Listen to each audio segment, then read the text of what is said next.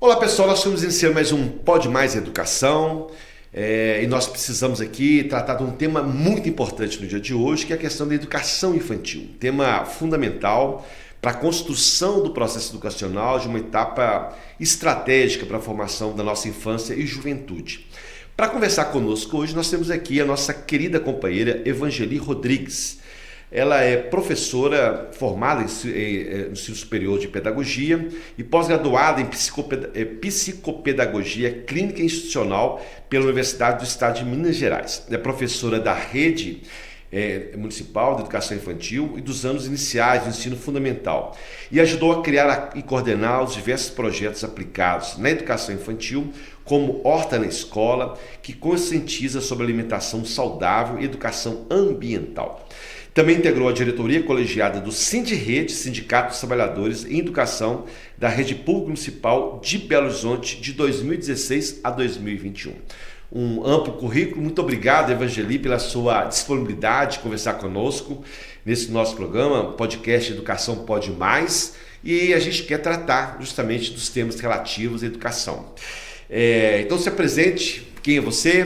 Meu nome é Evangeli, sou professora da Escola Municipal Dom Orione, com turmas do segundo ciclo, e sou professora na educação infantil na EMEA de Lisboa, com turmas de 1 a 5 anos.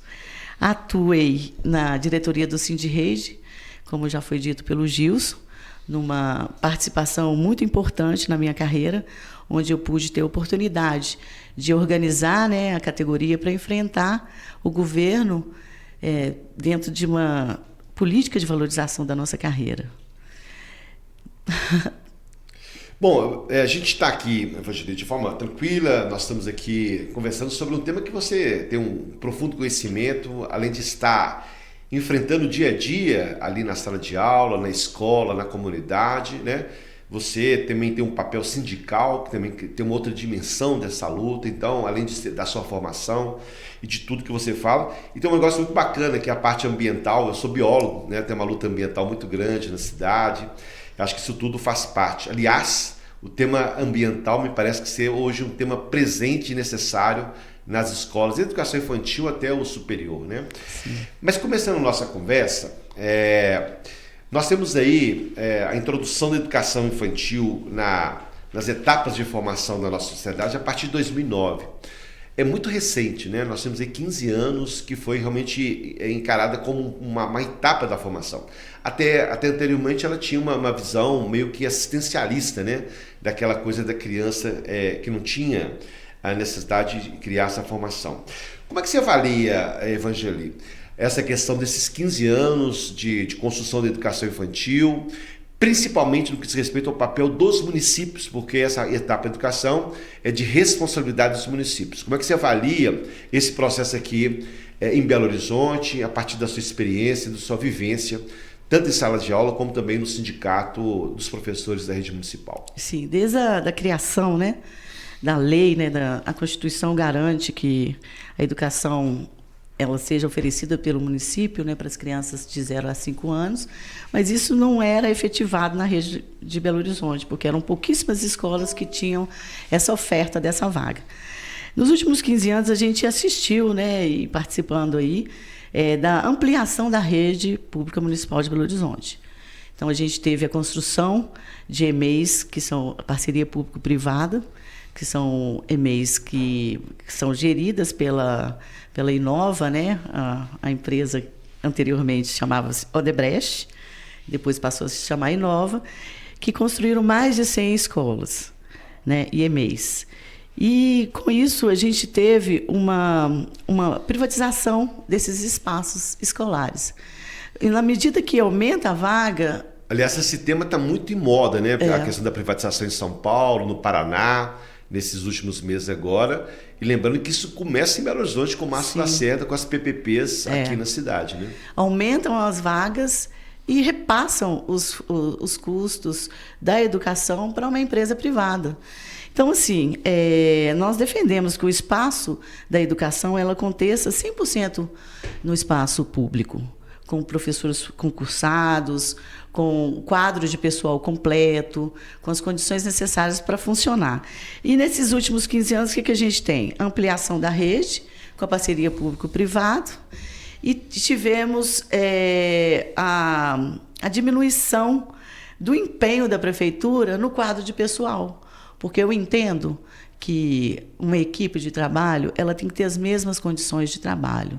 Contratos, planos de carreira, todas as condições têm que ser igualitárias para você construir, porque a escola é um espaço democrático, então tem que ter esse equilíbrio de forças dentro da escola. E aí a prefeitura criou um sistema de terceirização, que é a contratação de trabalhadores que são extremamente necessários dentro da escola, mas com contratos que são precários. Então, a rotatividade de pessoal é muito grande. O espaço da formação não existe, a formação se acontece só no trabalho. A complementação dos quadros com adoecimento de funcionários, eles não acontecem de fato, porque a gente tem aí hoje um número grande de apoios a educando, né? Que figura é essa?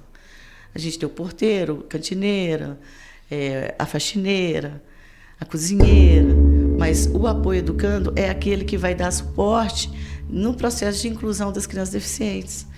E aí a gente avalia que até o Sindirrede mandou uma proposição para a Câmara Municipal que é necessário repensar a quantidade de alunos dentro dessa sala de aula, pensando no espaço físico, pensando na relação dessa criança deficiente com aquela condição de trabalho e criando realmente uma inclusão, porque hoje a gente tem turmas superlotadas, crianças com laudo e sem laudo convivendo naquele espaço, quantidade insuficiente de professores dentro da escola para garantir os projetos pedagógicos, né, que vão aí reverter o problema da não aprendizagem na escola, né, as questões do afeto, da educação infantil, né, principalmente. Um conjunto de questões, né? Conjunto de questões. Valorização, por exemplo, ela tem como base salário, carreira e formação. A inclusão ela precisa ter pessoas preparadas para lidar com essa formação, né? Sim. Você trata um conjunto de questões aqui. Mas voltando aqui, Evangeli, a questão do Plano Nacional de Educação de 2014, 2015 estabeleceu algumas metas estratégicas para a educação brasileira. Dentre essas ações, a questão da educação infantil. Aqui em Belo Horizonte foi aprovado o Plano Municipal de Educação em 2016, 2015, 2016, que estava dentro de um planejamento também da educação, a educação como elemento central da formação e da universalização na rede própria. Isso foi construído, foi consolidado? Como é que está esse processo da consolidação na rede própria da educação infantil de Belo Horizonte? Como foram as políticas a partir de 2016? Era o governo Calil, então, para ele, buscando aumentar o número de vagas, ele diminuiu a qualidade. Começou aquele confronto na Avenida Afonso Pena, onde inclusive teve confronto ali de contra professoras. Não, né? Aí tem uma outra, o que antecede, em 2017, o prefeito Calil decidiu que ia fechar mais de 50 berçários, ia reduzir a carga horária dos alunos para colocar a maior quantidade de crianças dentro da escola. E colocar... Excluir uma parte e incluir a outra, ou seja... Cobertor curto. Isso. E aí, para garantir a vaga das crianças do berçário, fez os contratos com a parceria com as redes conveniadas. E aí transferiu as crianças de 0 a 2 para um espaço que não é o espaço público da educação, uma rede conveniada, e fez com que as professoras fossem redirecionadas dentro da rede, porque houve um quadro de excedentes com a mudança da jornada da criança dentro da escola e o fechamento dos berçários.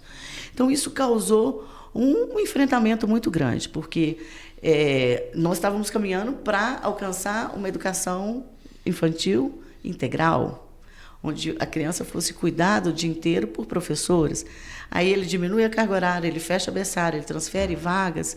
Então, isso não condiz com as nossas pautas de reivindicação, porque nós queremos que sejam construídas escolas. E, assim, essa política de transferência de vaga para a rede conveniada é transferência de recursos, porque aquele espaço que está sendo injetado dinheiro público, ele não é nosso. Ele é uma casa particular que está sendo adaptada, que está recebendo uma verba pública altíssima, que é necessário que tenha uma política permanente, sim, mas e aí? Qual que é a política permanente? Não é da educação de qualidade? Não é do acesso? Não é do espaço público? Então, isso não está sendo garantido. Ou seja, o Plano Nacional de Educação e o Plano Municipal não foi concretizado, vamos dizer assim, não, né? Não, porque se ele está colocando, o Plano Nacional coloca que é a rede própria que tem que ampliar, e a Prefeitura vem na contramão, sucateia os processos internos da rede própria e transfere as vagas para a rede parceira, a rede conveniada, aí ela descumpre. Eu entendo que ela descumpre. Eu sei que a criança é necessário que ela esteja dentro da escola, mas tem que ter uma política séria, uma política que é de transição, não uma política permanente, de transferência de verba, de injeção de dinheiro público em iniciativa privada. A gente quer que o dinheiro público seja aplicado no espaço público, com servidores públicos concursados, com a criança com a garantia de direitos iguais, de permanência, de acesso à escola integrada, de acesso à saúde, que é muito importante hoje. A educação ela debate muito a questão da saúde da criança para conseguir ampliação, né, de atendimentos e ter uma rede de acompanhamentos, porque o adoecimento é geral, né, da criança, dos adultos. Então, assim, vamos dizer que dos pais. A busca pela inclusão da nossa infância, ela buscou 3 dimensões. Uma da rede própria, que vai sendo cada vez mais minoritária, vamos dizer assim, na absorção desses alunos. Uma rede privatizada. Aliás, um destaque aqui que Belo Horizonte foi a primeira município a privatizar de forma efetiva a educação. Agora estamos lá em São Paulo, estamos em Paraná e outros lugares do Brasil com esses governos mais ultraliberais. E a conveniada também. Então, nós temos 3 tipos de escola na rede. A rede própria, a rede privada, a partir das PPPs, e a rede conveniada. Isso não cria uma situação muito diversa de conflito nas relações pedagógicas, relações de contrato de trabalho, nas condições de trabalho? Como é que você avalia esse processo? Eu entendo assim, que há muitas diferenças, né? O espaço público, eu como servidora, como professora, porque eu já trabalhei na escola privada, a questão da dimensão pedagógica é uma questão que ela tem que passar por princípios, né? Uma escola laica, uma escola que dialoga com as culturas, né? Com a cultura do aluno, que dialoga com a comunidade, né? Que tem essa amplitude dentro. A escola é um polo muito importante de valorização daquele ser, daquele sujeito. E as escolas, sendo vários tipos, vários gestores, várias linhas, eles buscam, né, trabalhar em cima da proposição da prefeitura.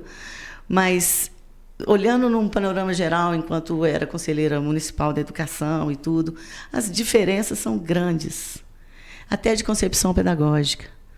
Então, eu entendo que o que seria necessário e eficiente para responder à demanda é que as escolas fossem pensadas dentro daqueles aglomerados, porque hoje a gente tem até uma contradição na prefeitura. Por exemplo, se você mapear as EMEIs, dentro dos grandes aglomerados não tem quase nenhuma EMEI. Ou seja, quanto mais pobre a comunidade, mais precarizada a educação. E mais rede conveniada tem. Então, assim, não é desfazendo da rede conveniada, porque tem um empenho pedagógico, educacional ali sendo construído, mas fazendo a defesa mesmo desse espaço, defesa da Constituição Federal, que a escola ela seja um espaço que seja garantido para todos, com qualidade, um espaço público.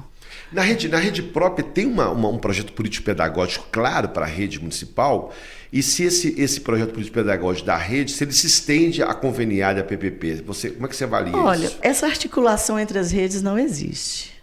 A gente não tem uma comunicação, as formações ela acontecem, tem convidados que são da rede própria, da rede conveniada, tem pessoas que participam ali. Mas não há uma formação de um núcleo de trabalho, numa ação-tarefa de construir uma política educacional da infância, unificando as redes. Não tem. E, assim, a gente defende, né, os princípios que foram consolidados na década passada, que diz respeito à estrutura curricular da rede, né? A criança no centro do processo de aprendizagem, uma escola laica, uma escola que responda às demandas culturais da comunidade, que valorize a cultura do aluno. E esse são os princípios norteadores do projeto político-pedagógico, são, né? Mas a gente não tem um entendimento, eu enquanto professora, dessa construção dentro da cidade. A gente tem a nossa proposta, que são construídas nas escolas, que a gente defende muito a unha e dente, porque sempre tem alguma coisa que tenta atacar a educação infantil. Por exemplo, os eixos, né, da interação, do brincar e da cultura do aluno são estruturantes. Mas aí veio uma política do livro didático para tentar introjetar conteúdos para a educação infantil. Então, assim, a gente ressachou. A gente não quer esse tipo de condução pedagógica. Mas não houve um debate onde a gente pudesse debruçar numa rede para construir essa política, sabe? De qual que é alinhamento. Nós tivemos, na década passada, a construção de um material que chama Linguagens, que é o livro 3 das proposições curriculares para a educação infantil. O livro Linguagens nem foi publicado, porque a senhora Ângela Dalben, ela não teve interesse de publicar, embora ela tenha acesso a esse documento. Sim. Já busquei de várias formas, porque esse documento ele é importante por quê? Porque ele foi construído nos coletivos. Foi com a participação e revezamento, de baixo para cima, das professoras, sendo professoras autoras do seu processo pedagógico. E aí tem essas questões que partem de cima para baixo, sem olhar a organização interna. Igual, nós temos a estrutura da escola com a gestão democrática, né?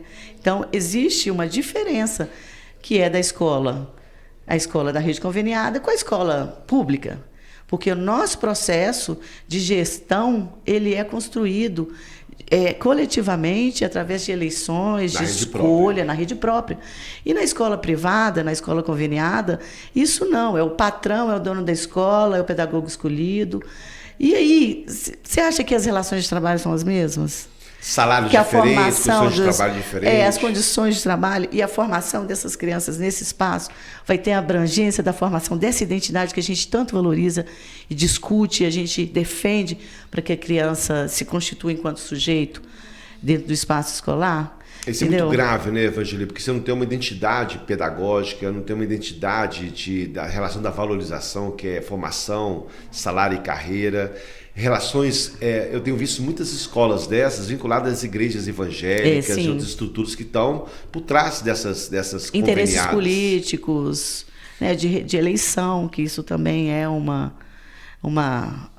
que a prefeitura usa, a moeda de troca. E a prefeitura, com essa política, ela fechou berçário. Ela colocou mais de 600 professores excedentes. Ela atrasou o concurso. Ela não construiu escola.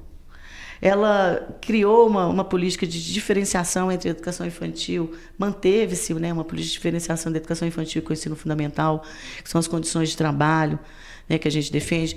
Porque o meu olhar, enquanto professora, na rede municipal, ele é diferenciado em um sentido... Várias pessoas também têm a mesma atuação que eu, mas eu atuo no fundamental e na educação infantil. Então, eu estou dentro de 2 espaços educacionais regidos pela prefeitura. E aí? Esses são iguais? As condições de trabalho são as mesmas?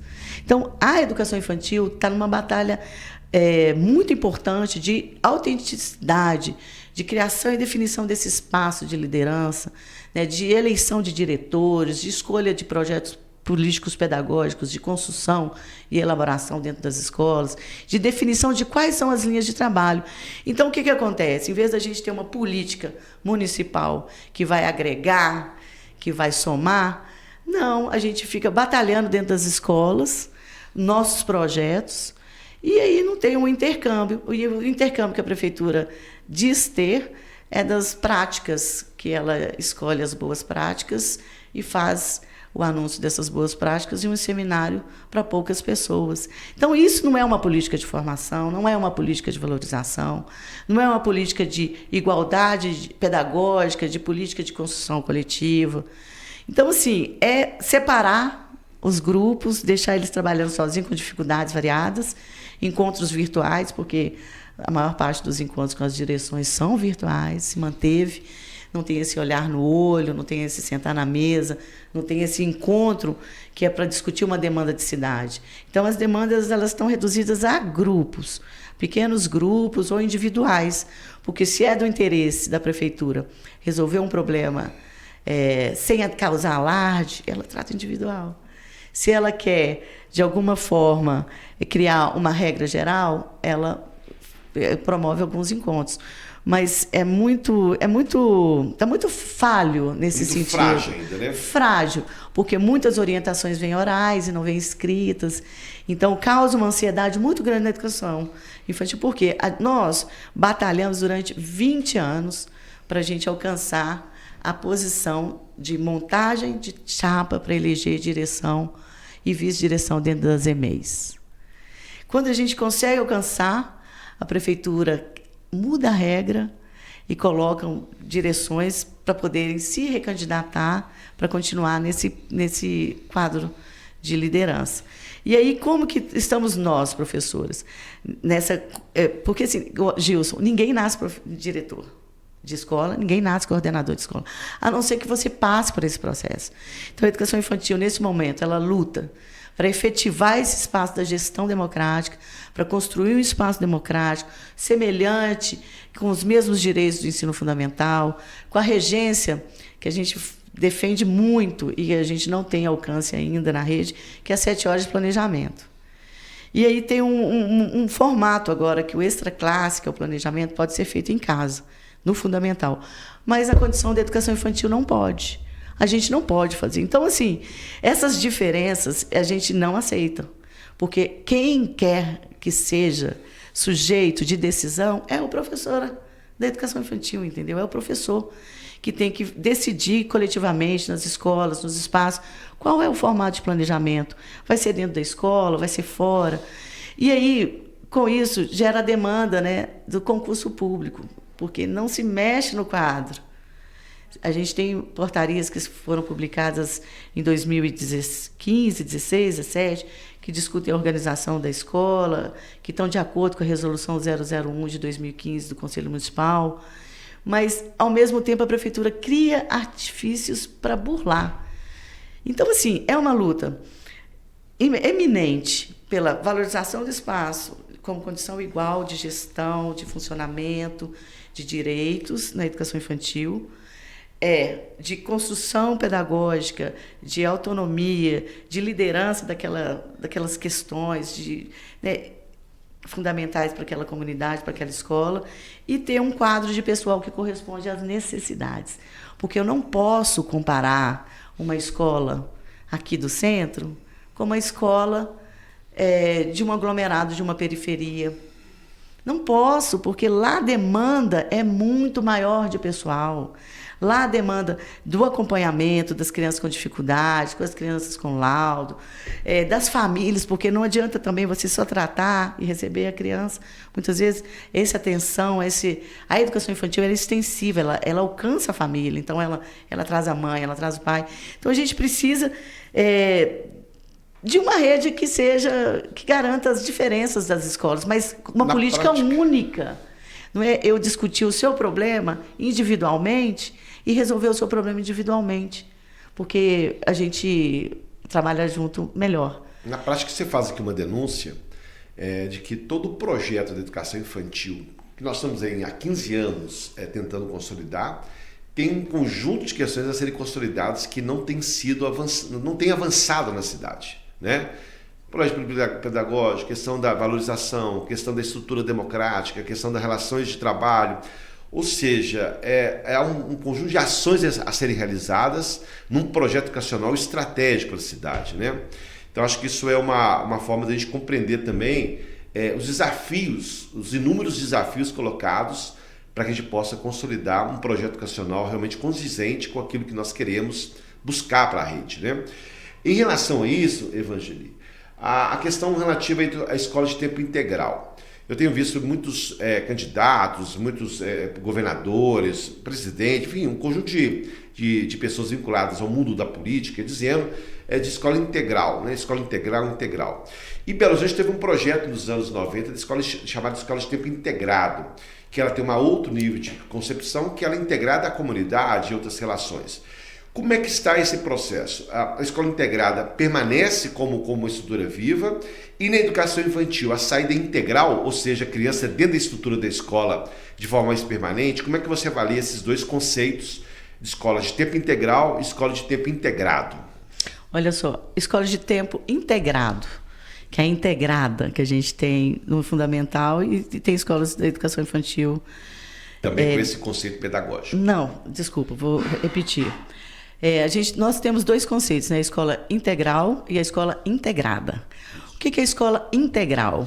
A escola integral é onde a criança participa de todos os processos educacionais, sendo assistido por professores com formação e capacitação necessária para aquelas demandas. Na própria estrutura escolar. Na própria estrutura escolar. Então, ela tem atuação no seu tempo de professores. Na educação infantil, na EMEI, de 0 a 2, a gente tem atuação do professor em tempo integral. Então, no horário do descanso, na refeição, na despedida, na chegada, nos processos pedagógicos, na rotina de 0 a 2 é professora o tempo todo. Aí, o que a prefeitura fez de 3 a 5?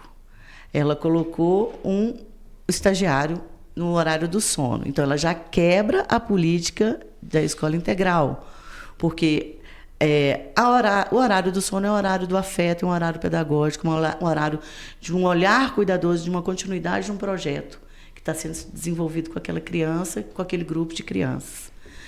E aí, quando você tem o professor integral, você tem uma segurança e uma habilidade maior para lidar com aquelas questões. Com a escola integrada, como foi colocado agora, atualmente, pegaram as crianças da educação infantil e ampliaram o atendimento na escola fundamental. Tentaram injetar dentro dessa escola que o monitor, que é uma pessoa com formação básica, que atua na área da cultura, com oficinas, fosse aquela figura educativa que ia ficar com as crianças de 4 e 5. Não deu certo. Primeiro que foi a reação das direções. Né? As direções já falaram, não vai dar certo. As professoras também falaram que não ia dar certo. Porque tem todo um princípio, sabe? Você não pode ser uma pessoa que reproduz preconceito, que tem, sabe? Porque é muito peculiar a infância, a educação, a formação do professor, né? Imagina desse integrada a formação. Aí foi uma batalha do sindical e dos professores nas escolas para retornar. Em algumas escolas, o atendimento, mesmo nas EMFs, que atende fundamental à educação infantil, são o professor nesse tempo integral. A integrada, ela acontece no formato do ensino fundamental, no horário regular, ele tem aula com o professor, e no contraturno ele tem as oficinas com os oficineiros na integrada.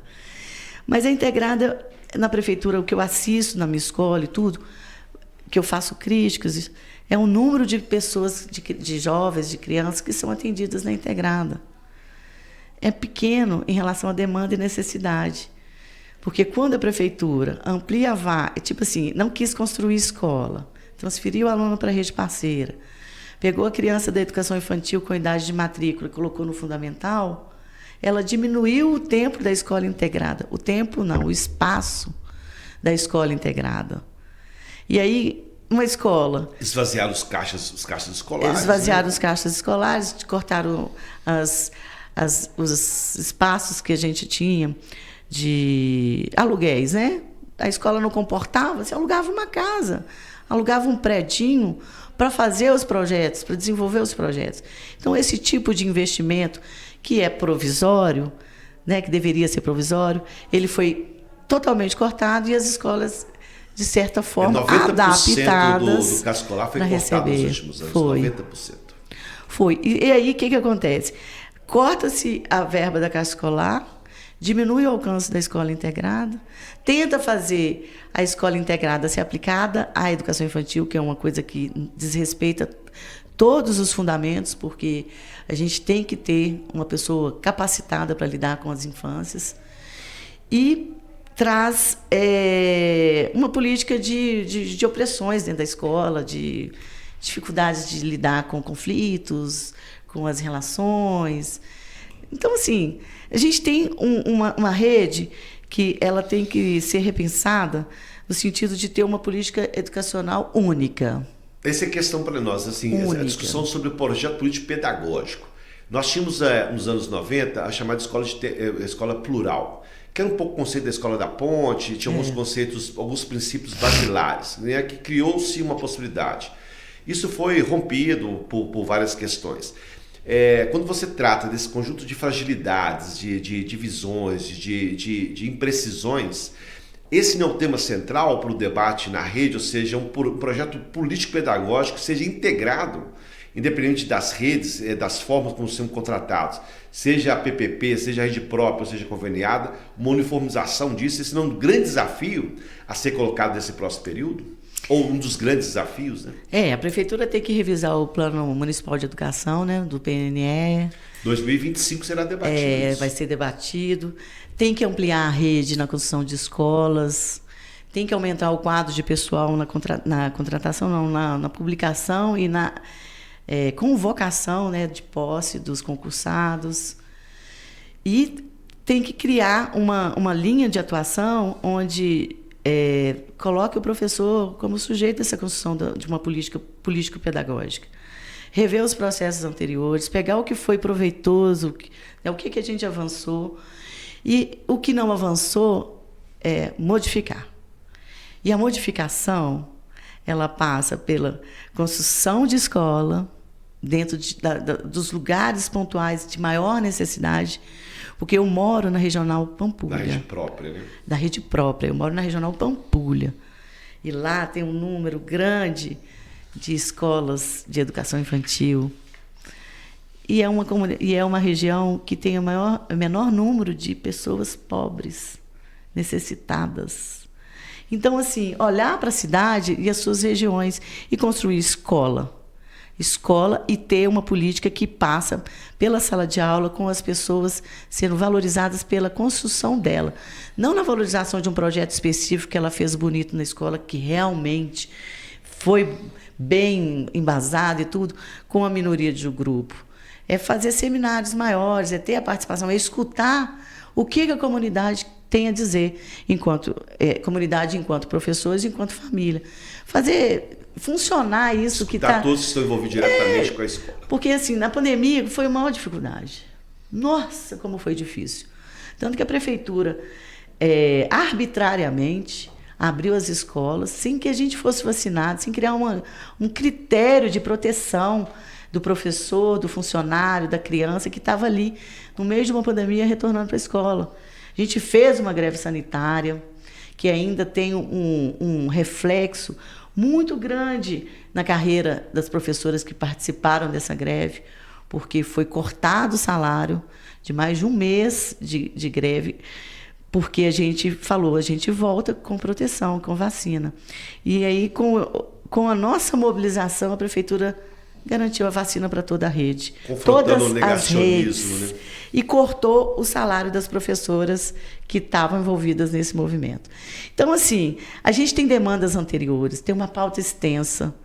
A gente, na educação infantil, nós precisamos de ter condições da nossa gestão ser construída em parceria com a prefeitura. Claro que a gente é uma rede, entendeu? Mas que tenha a autenticidade, que consiga construir o passo a passo para a gente fazer a gestão dos nossos espaços escolares, sem que tenha a intervenção de pessoas que são de fora para vir gerir um espaço que pertence a um grupo, que tem que ser organizado para construir junto. Então, a gente tem essa demanda. A gente tem uma demanda que é do retorno da lotação do horário intermediário, porque quando a prefeitura coloca o estagiário para atender crianças de 3 a 5 anos no horário do sono, ela diminui o direito da criança de ter um processo integral ao seu desenvolvimento, porque tem a quebra e a ruptura com pessoas de fora, pessoas que poderiam estar trabalhando. O estágio ele é necessário dentro da formação humana do estudante, mas não na ponta, fazendo o fazer do professor, entendeu? Ele é uma pessoa, é um braço a mais.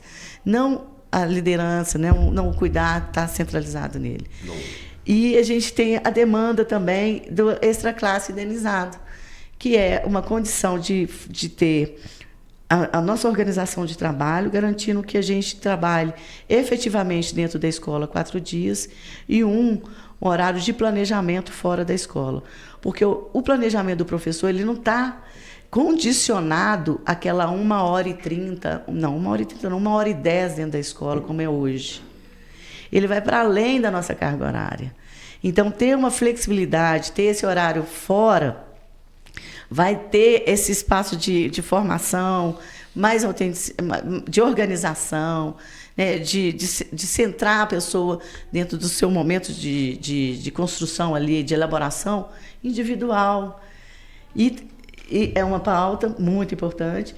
E também a redução do número de crianças dentro da sala de aula, quando houver crianças com deficiência. É uma pauta extensa, né? É uma pauta extensa. E ainda tem um detalhe que é o seguinte, aqui a gente tem um espaço.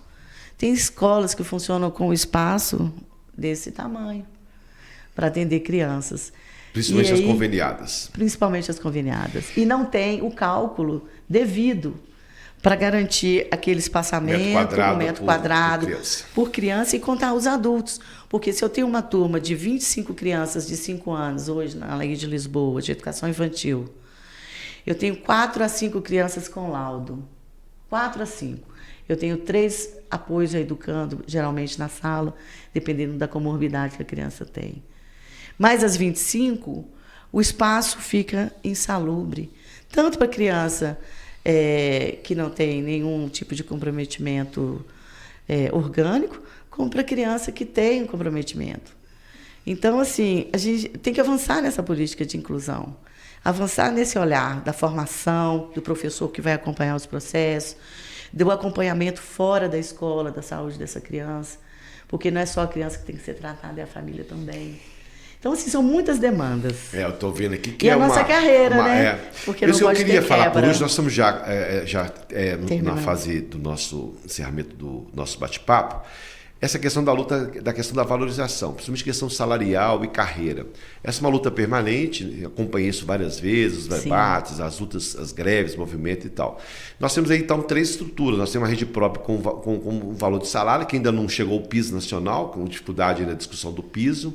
Tem a rede conveniada, a rede de PPP, também tem uma relação precarizada, principalmente dos trabalhadores intermediários. E tem as conveniadas, a situação é pior ainda, né? Mais precária. Como é que está isso? Como é que é a situação atual, de forma bastante consistente, assim, concisa, esse tema da valorização salarial desses trabalhadores na educação infantil? Nós temos aí, todo ano, o sindicato envia a nossa pauta de reivindicação mais ou menos em novembro, dezembro do ano anterior, para discutir a pauta salarial e as pautas pedagógicas. Então, há uma morosidade em resolver os problemas, um atraso na resposta imediata. A gente tem a lei do piso nacional, por exemplo, aqui na prefeitura, que é aplicada de uma forma, de uma interpretação que ataca diretamente a nossa carreira. Nossa carreira ela é estruturada em níveis que são alcançados na medida que você trabalha, na medida que você estuda, que você se forma, você vai alcançando uma valorização melhor. Então, assim, o que a prefeitura tem feito com a nossa carreira? Como ela é estruturada em níveis, ela está comendo os níveis, aproximando o que é salário inicial do salário final. Tem uma definição na progressão de escolaridade, tem várias condições. Uma delas é que você só pode progredir com diplomas até 5 níveis. E o perfil do professor da educação é uma pessoa que, mesmo que ela não tenha o diploma, ela pode ter o diploma, pode ter pós-graduações lato sensu, mas ela é um estudante. Então, o incentivo da formação tem que estar equilibrado. Então, você tem os níveis que fecham dentro de uma formação em serviço, isso também dificulta. E quando a prefeitura ela interpreta a lei do piso, que o salário inicial, a lei do piso define o salário inicial de um professor com nível médio, ela ignora que a gente tem uma estrutura que é da carreira, porque se você incide um reajuste apenas em um nível, no primeiro nível, isso ao longo do tempo vai causar o quê? A unificação aproximando os valores. Então, é uma demanda nossa, que é a garantia da lei do piso nacional incidindo sobre todos os níveis e a garantia da paridade, porque quando ela cria os seus sistemas de valorização por nível, de diferenciação do professor que tem formação básica com o professor que tem superior, ela também ela faz uma diminuição do direito do professor do... viajei, gente, peraí. A questão do aposentado com paridade. Nós temos assistido... a questão do aposentado com paridade é um tema bem delicado e bem complexo, porque a gente tem a lei da paridade que garante que o reajuste incida sobre os proventos da pessoa aposentada. Então, o que tem acontecido ao longo do tempo? A prefeitura tem dado reajustes diferenciados para quem está na ativa, negando o direito da professora, do professor aposentado, de ter aquele ganho nos seus proventos. Porque a paridade ela dá essa condição de quem tem esse perfil na sua aposentadoria de receber o reajuste que é da ativa. Então, a prefeitura cria um artifício que é absurdo de colocar o professor com uma valorização específica para quem está dentro da sala de aula, para quem está nativa, e diminui o direito de quem esteve nativa durante 25 ou mais de 25 anos de profissão e que tem o direito garantido na Constituição, mas que ela nega. É a lógica do empobrecimento daqueles que estão curtindo a sua aposentadoria depois de dezenas de anos praticando a educação, né? Sim. Evangelista, você trouxe um conjunto de questões aqui que nós precisaríamos aprofundar cada um dos temas que você traz. E a ideia nossa do podcast Pode Mais Educação é justamente isso, trazer à luz esses conjuntos de questões, de debates que precisam ser compreendidos pela sociedade para que a educação possa avançar na sua construção. Então, eu queria agradecer a sua presença aqui, a sua participação, os esclarecimentos que você trouxe também. E esse nosso podcast tem como objetivo central debater e aprofundar os temas correlatos da educação municipal de Belo Horizonte. Acho que são temas importantes, mesmo porque Belo Horizonte foi uma referência nacional da educação nos anos 90, e isso vem se perdendo ao longo do tempo. Então é muito importante que a gente possa resgatar esse conceito da educação municipal e a gente possa também reconstruir um conjunto de ações que foram destruídas ao longo do tempo. Então eu queria deixar aí para você dar essa última palavra sobre as questões, desafios, para a gente possa então caminhar para a conclusão desse belíssimo debate, dessa conversa que nós travamos aqui nesse dia. Muito obrigado. Eu estou trabalhando na educação ambiental, alimentação saudável, horta escolar, na educação infantil. O gesto da criança, quando toca a terra e quando ela vê que ela consegue produzir algo que é independente ao outro, que parte dela, né, desse cuidar, desse acompanhar, desse regar, é muito mágico. E saber que pode produzir algo. Então, assim, nossa sociedade precisa de ser revista em vários aspectos. Legal. E a educação infantil, até mesmo a mídia, como ela traz as notícias, isso é uma violência contra a criança.